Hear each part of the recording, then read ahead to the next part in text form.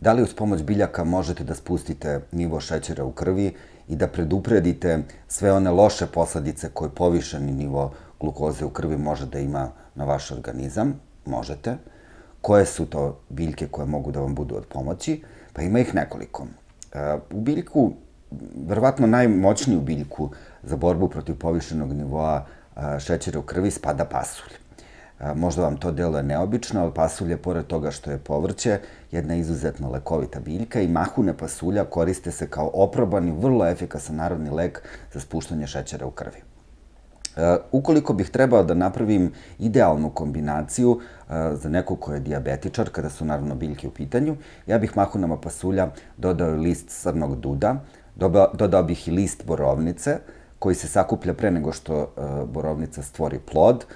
Tu bih dodao list kupine i još neke biljke koje vrlo efikasno utiču na to da se ovaj problem koji se sve češće javlja, dakle dijabetes, insulinska rezistencija, reši na jedan vrlo bezbedan i efikasan način.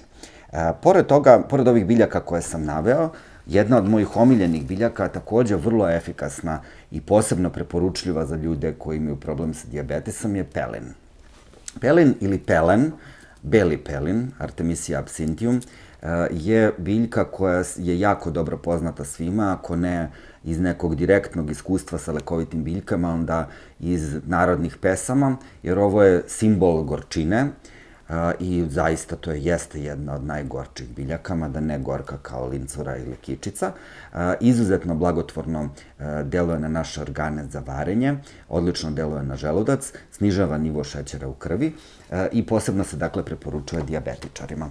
Ja bih u tu smešu dodao i komorač, koga imam ovde u jednoj vrlo maloj količini, jer ga konstantno koristim, ne samo kao čaj, već i kao izuzetno ukusan začin. To je jako dobar način da upotrebljavate mnoge lekovite biljke. Pored komorača i ruzmarin je odlična lekovita biljka koja može da se koristi kao začin. Dodao bih i hajdučku travu.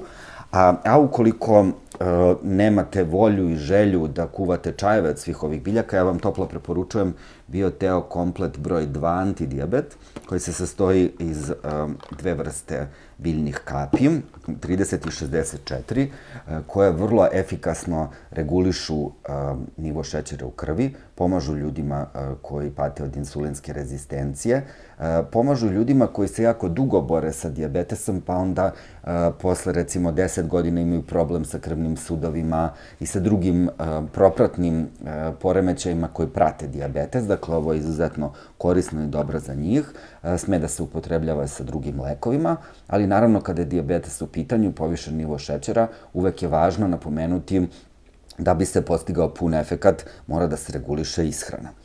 Kada naručite ovaj Bioteo komplet broj 2, vi dobijete i otprilike plan kako bi trebalo da se hranite. Ja vam toplo preporučujem kada je hrana u pitanju ovu biljku koja je ispred mene. To je čičoka, Helianthus tuberosus, ili zove se još i divlji krompir. Ovu sam ja gajio na mojoj terasi i ona ovako je mala, ali je odlična. Ja sam je osušio i ja ću da je meljem za prah koji dodajem kasnije u jelima, ali ona je korisna vrlo kao namirnica i sada je pravo vreme da je koristite. Ona se kopa u poznu jesen ili u rano proleće i ona može da bude vrlo efikasna zamena za krompir, zato što ne sadrži skrob, već sadrži inulin, a inulin se posebno preporučuje ljudima koji pate od dijabetesa.